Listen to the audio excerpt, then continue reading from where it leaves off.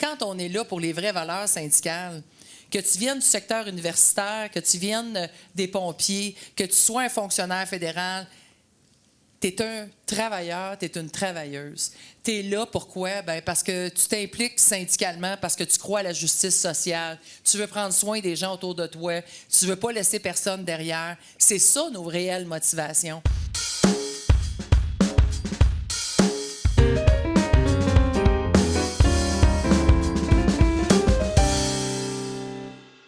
Je vais demander à Réal Briand de s'approcher. Donc, premier délégué du renouveau des sections locales à charge directe, donc retraité des pompiers de ADM, donc l'aéroport de Montréal. Depuis 6 ans. Depuis 6 ans.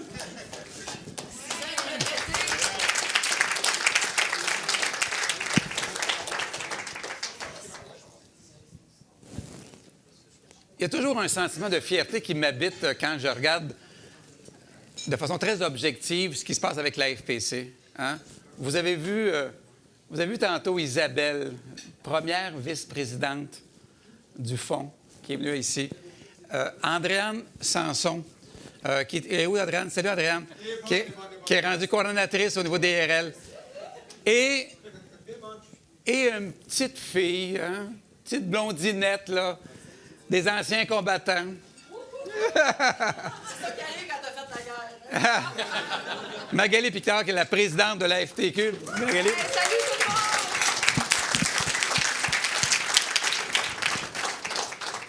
Bon, officiellement, je ne vais pas commencer avec toi, Magali. Moi, j'aimerais bien ça. Hey! Pas chanceux.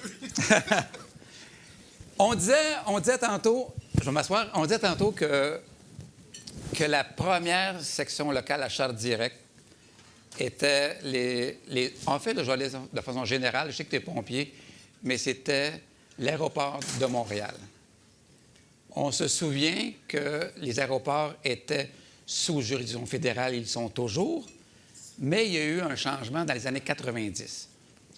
Comment, Réal, vous êtes devenu une charte directe à l'aéroport de Montréal? Autant, là, essayer d'inclure aussi l'école bleue, la première, l'école blanc, et aussi la première couche de gestionnaire aussi que vous étiez. Oui. Réal? Bien, en 92, il y a eu la cession des aéroports sous le gouvernement Mulroney. Là, il faisait un gros chambardement des aéroports à travers le pays, régionaux et internationaux. Nous autres, Montréal international. Puis là, ils ont fait un changement. Là, ils nous ont envoyés au CCRI pour nous désaffilier de notre syndicat, autrement dit. En 92 jusqu'en 94, ça a été... puis dans ce temps-là, le CCRI, on était à Winnipeg pour aller faire nos plaidoiries.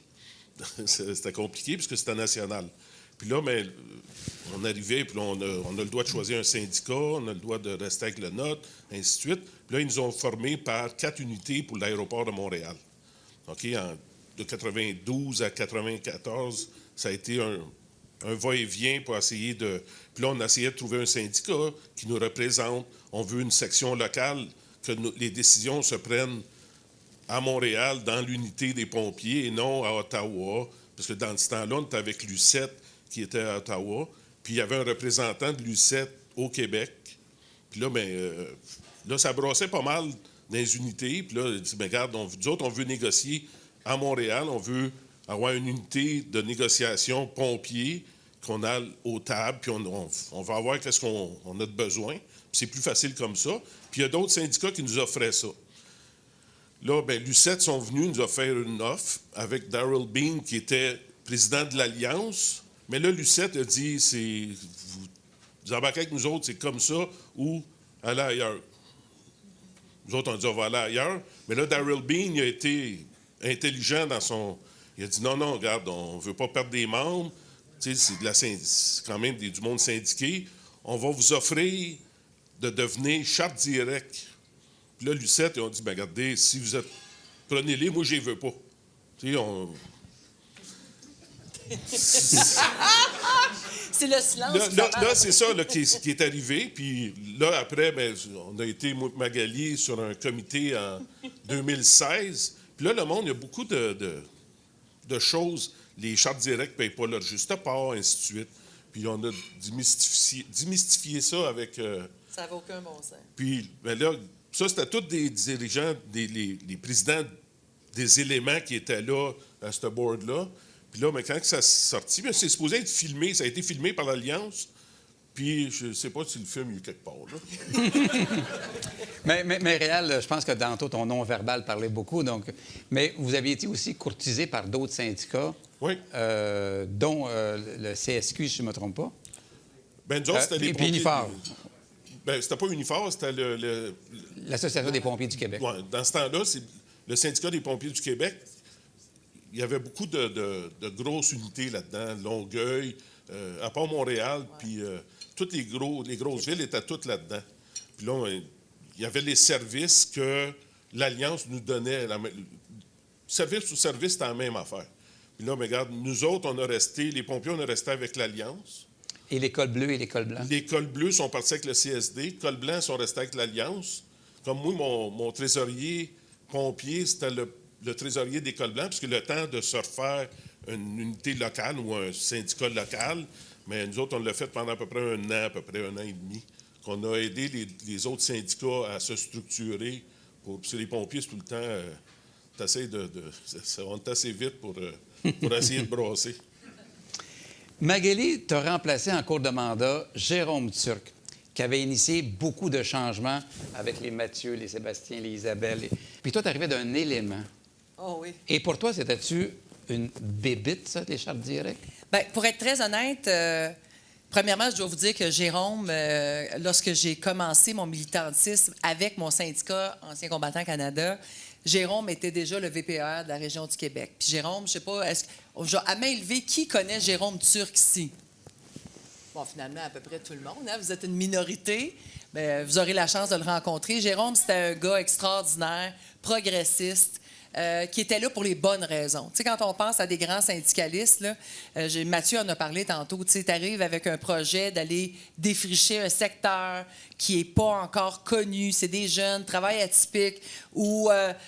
Puis Mathieu, si je me rappelle bien, dans ce temps-là, vous n'aviez même pas le droit de les syndiquer parce au Code du travail, vous étiez même pas, les travailleurs étudiants n'étaient même pas reconnus comme des travailleurs au sens du Code. Donc, la FPC, il a fallu qu'il fasse une bataille juridique pour faire reconnaître ce monde-là. Puis ça. Donc, tout ça pour vous dire que moi, c'était mon idole. Tu sais, quand on s'implique, quand on décide, moi, je regardais ce gars-là et vraiment, il m'inspirait. Puis je me disais, c'est ça que j'ai envie de faire dans la vie. Tu sais. Donc, j'avais ce modèle-là. Alors, pas longtemps après après avoir été une militante avec Anciens combattants Canada, je suis devenue la suppléante de Jérôme au Québec en 2008. Et mon intention était très, très honnête. Je voulais apprendre de ce gars-là. Tu sais. Et j'ai énormément appris de ce gars-là. Fait que pour moi, c'était pas une bébite parce que Jérôme était tellement fier des chartes directes, tellement fier de ce groupe-là, parce qu'en même temps, puis quand on pense aux gens d'éléments comme moi, c'était très challengeant de voir des gens d'un secteur organisés différemment, avec vraiment une structure qu'on connaissait pas trop bien. Ils arrivaient avec des idées différentes, avec une énergie différente. Ça nous sortait de notre quotidien, de notre zone de confort. Puis, ben, il fallait que tu aies une belle confiance en toi pour être capable de dire volontairement, là, moi, je veux donner de la place à ces gens-là, à ces groupes-là, qui n'ont rien à voir avec ma réalité. Parce que quand tu es un fonctionnaire fédéral, puis là, je ne parle pas de nos pompiers, mais tu sais, à l'époque, c'est plus vrai aujourd'hui, mais on peut dire que c'était des jobs avec une sécurité d'emploi, puis tu faisais carrière au gouvernement, tu rentrais là, puis tu partais à ta retraite. Donc là, tu arrivais avec des gens qui étaient là d'une façon temporaire, qui, bien sûr, ce n'était pas leur objectif de vie.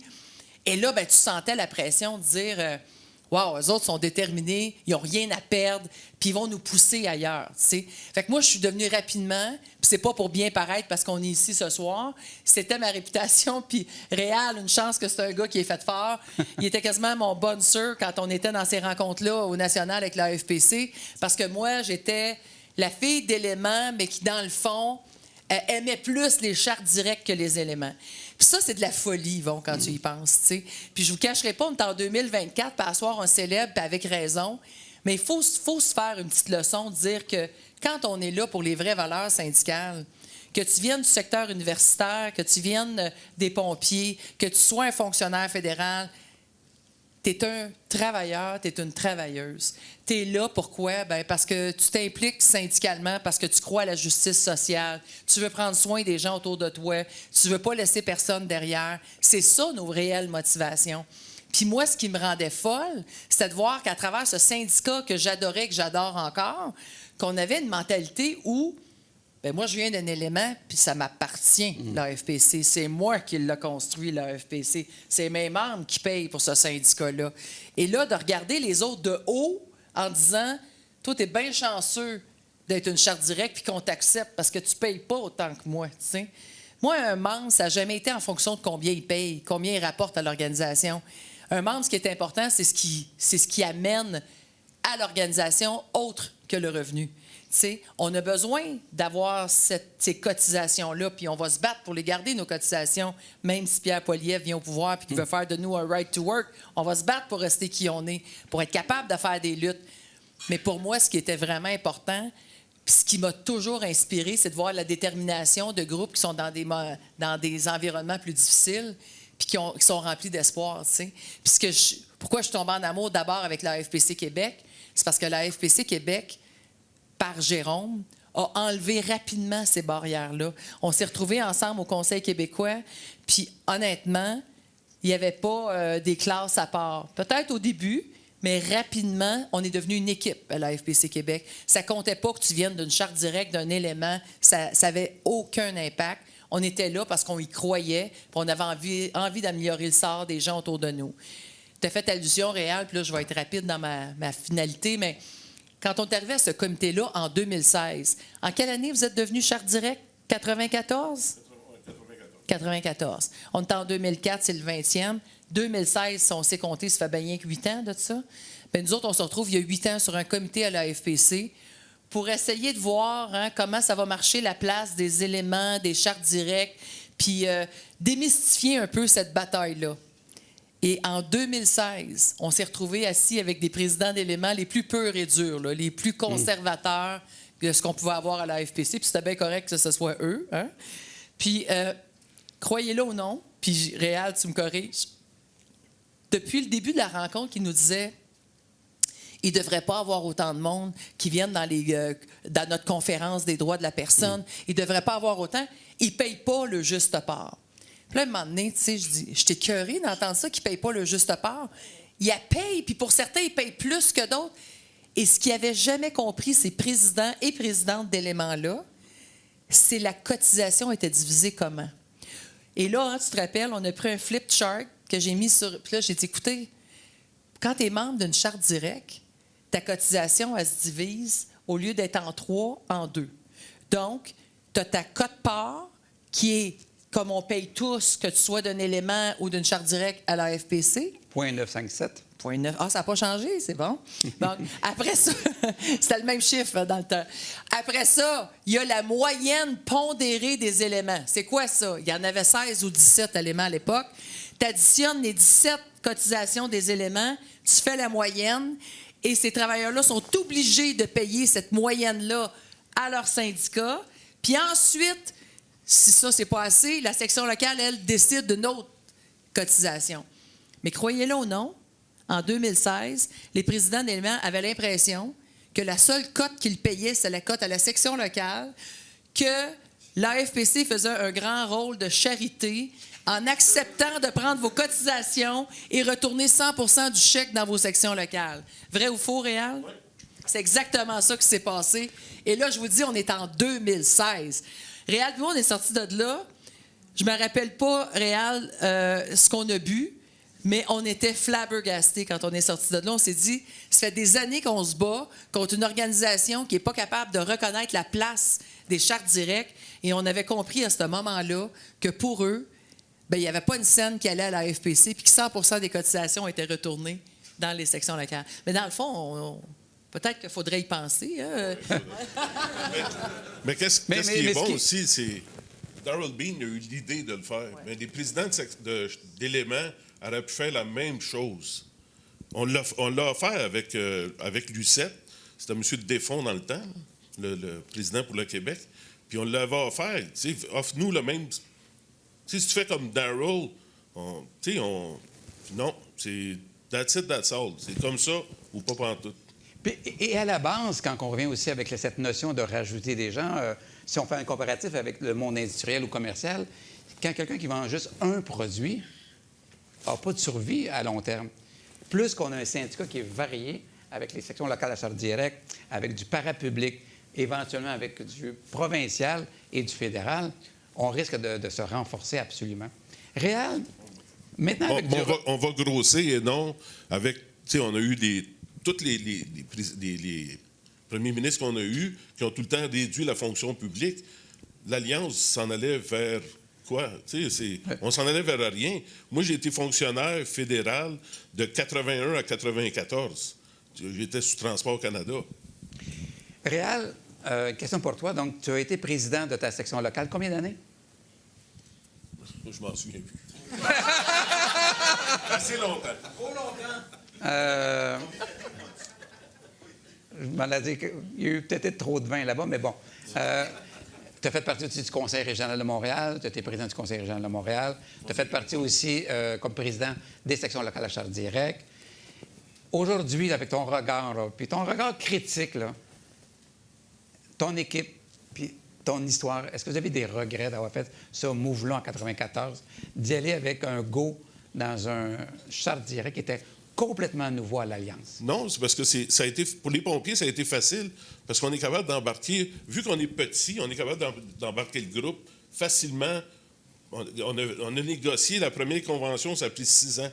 La deuxième, ça a pris 8. Wow. On a tenu le fort pendant ces années-là. On va passer à travers, puis les gars se tenaient. On a fait beaucoup de moyens de pression, là, mais ça a gagné. Puis ça a été un peu la même chose aussi. Malheureusement, on a perdu l'école bleue, mais ça a été aussi la même chose avec l'école blanche, avec aucun regret, parce qu'il y a eu des acquis. Oui, c'est tout le temps... On a tout le temps quand même fait des acquis. Si on regardait dans le temps, parce que Transport a fait ça en plusieurs périodes, plusieurs années qui a fait rendu les aéroports parapublics, là, ou virer ça pour les entités régionales. Là. Mais ça a été, on regardait les pompiers de Toronto, la première négociation, l'employeur disait, on veut vous payer comme Toronto, mais eux autres étant quand même encore sous le régime de Transport Canada. Nous autres, on a dit non, on veut être payés comme Montréal, les pompiers de Montréal. C'était plus élevé. Puis, et aujourd'hui, vous êtes plus payés que les pompiers de Montréal? Pas mal plus. Ils ont été longtemps, je pense, les pompiers les mieux payés au Canada, donc bravo. Bien, pour les pompiers de l'aéroport Trudeau, là, je ne sais pas si c'est... Tu regardes Philippe? Moi, c'est Philippe le dirait, mais d'après moi, c'est à peu près 113 000, 114 000 par année. Hey, vous avez le droit de cotiser au Fonds Solidarité, hein, finalement. Là, Magali, maintenant, d'un nouveau rôle, un nouveau titre, mais on te félicite, puis on est extrêmement fiers. Hein, je me fais la porte-parole de tout le monde. On est extrêmement fiers parce que tu as été la figure du Front commun, même si la FTQ représentait le moins des 4. J'étais hier avec Raphaël Jacob et il nous le disait, c'était la figure du Front commun. Mais on revient avec la FPC, avec du recul aujourd'hui, avec ton nouveau siège. Quel est ton sentiment du fait que la FPC veut se varier, veut syndiquer encore aujourd'hui? Bien, écoute, premièrement, je peux vous dire que c'est vrai que je suis très contente. J'adore mes fonctions à la FTQ. On a une super équipe. Je suis très heureuse. Mais je ne vous cacherai pas que mon syndicat va toujours rester la FPC. Puis je ne dis pas, encore une fois, parce que j'étais avec vous autres à soir, mais c'est comme ça. Puis je pense que si on se regarde tous, indépendamment d'où la vie nous mène, je regarde Toufik, mon président d'élément. Moi, mon élément, c'est le SAAC. Mon syndicat, c'est la FPC. Moi, j'ai mon cœur, je vais être tatouée toute ma vie. Je vais être reconnaissante pour la confiance que les travailleuses et travailleurs de la FPC m'ont donnée. Pour plus que la confiance, je vous dirais, c'est la bienveillance. T'sais. On commence dans le syndicat, puis je vois des visages, j'ai des gens que je connais depuis longtemps, puis il y en a d'autres que je n'ai jamais rencontrés. Puis même si je parle à des gens qui sont beaucoup d'universitaires, tu n'arrives pas qu'une formation comme chef syndical, dans ton rôle syndical. On va chercher des formations dans nos milieux de travail. Tu sais, à la FPC, les formations que j'ai eues, Bertrand, tu m'as donné une de mes premières formations. Tu sais, je n'oublierai jamais. Puis il y a des trucs que j'ai appris à ce moment-là que, encore aujourd'hui, j'utilise dans ma vie. Fait que moi, pour moi, quand tu me demandes, quand je regarde la FPC puis que la FPC veut continuer à se diversifier, à grandir, je peux pas être plus heureuse. Puis là, on parle sais, puis j'aime pas le faire parce que là, on dit, ben les chartes directes, ça a été une bataille. J'ai hâte qu'on parle plus de ça, de la bataille en charte directe et éléments. Ça devrait même pas exister. Je pense que les éléments sont là, puis c'est une bonne structure pour les travailleurs qui travaillent pour un ministère, qui ont le même employeur, qui ont la même réalité. Ça augmente leur rapport de force. Là, vous le savez, j'ai négocié avec le Front commun. Moi, je vais vous parler de la flexibilité. Hein? Vous en avez entendu parler? Blague à part, la beauté de la FPC, c'est que c'est une grande organisation canadienne qui est flexible. Et à partir du moment où les membres du conseil d'administration de la FPC, que les membres du conseil du comité exécutif, je te regarde, Sharon, I know you can understand my French very well, but I'm telling you that because that's still a challenge, and I hope that it won't be in 3, 4, 5 years. I just want to make sure that we've got enough time to just say it's the past. Mais il faut être capable d'arrêter de scinder l'organisation. C'est comme si on regardait des fonctionnaires fédéraux et on disait « Ouais, mais ça, c'est juste des CR, je sais pas, 2, tu sais. » Puis là, ben, on a des WP4 ici, hein, ils vont des WP4, nos riches fonctionnaires. Puis là, on disait « Bon, on va donner plus d'importance aux WP4 qu'aux CR parce qu'ils nous rapportent plus. » Ça n'a aucun maudit bon sens. Mais l'organisation, nous autres, on est là dans les vieilles batailles, elle a évolué. Elle a évolué. Il y avait un candidat qui est parti tantôt, qui est Alex Silas, qui vient d'une section locale à Charte directe, qui brigue le vice-président national exécutif. On n'aurait pas vu ça il y a 10 ans. T'sais. Donc, c'est sain. L'organisation s'en va dans la bonne direction. Mais il ne faut juste pas oublier d'où on vient pour ne pas y retourner. T'sais. Fait que quand tu me dis, est-ce que, quand je regarde la FPC, je vais toujours être fière de la FPC. Je vais toujours aimer profondément. C'est mon syndicat. Puis, reconnaissante en même temps. Parce que tout ce que j'ai appris, je l'ai appris grâce à l'AFPC. Mes bons coups, mes mauvais coups. Puis, quand tu es dans un grand syndicat, tu trébuches, mais il y a toujours quelqu'un qui est là pour te reprendre à côté puis te redonner l'énergie. Mais ça, là, on peut en être fier. T'sais. Une soirée comme on a présentement, c'est des cadeaux, ça, parce que on ne fête pas ça toujours, hein, des 20 ans, puis souvent, ça prend le 50e pour le faire, mais c'est intéressant, puis bravo de le faire pendant qu'on a encore du monde en santé qui se rappelle. Quand je regarde Mathieu tantôt, puis il disait comment il se sentait, Mathieu, je te dis, à chaque fois que je reviens à l'AFPC, moi aussi, j'ai des papillons parce que ça nous ramène tellement dans toute cette mémoire-là, puis ces souvenirs-là, des brosses, des bons coups, des mauvais coups, des choses, tu te dis, ouais, une chance, j'ai fait ça là parce que ailleurs, aujourd'hui, je pourrais plus faire ça. Blague à part, c'est un très beau syndicat. Puis moi, je regrette rien, finalement. Mais merci de cette approche-là parce que moi, c'est un sentiment de fierté qui m'anime parce qu'à chaque fois que je suis au board, donc au CNA, au CA, mais je parle de la FPC Québec comme d'un autre monde pour eux autres. Puis je suis tellement fier en disant... lorsqu'un élément commence à, je vais vous le dire, à péter un petit peu en haut du trou, là, je dis, t'as combien de membres, toi, dans ta... Ah, moi, j'ai 8 000 à mon élément. Moi, j'ai 21 500 membres des chartes directes. 21 000. À soir, oui. À soir, on est moitié-moitié. C'est tellement, de notre point de vue ici, de nos conceptions, Magali et moi, on en parlait tantôt, mais pour nous autres, c'est une fierté. Puis, honnêtement, j'aurais aimé ça aussi que Jérôme Tuc soit avec nous autres pour partager ce plaisir qu'on a pu grossir ensemble. Hein, Réal, dans tous les sens du dans tous les sens du mot. Dans tous les sens du mot. On peut dire épaissi aussi. Oui, la couenne dure aussi. Tout.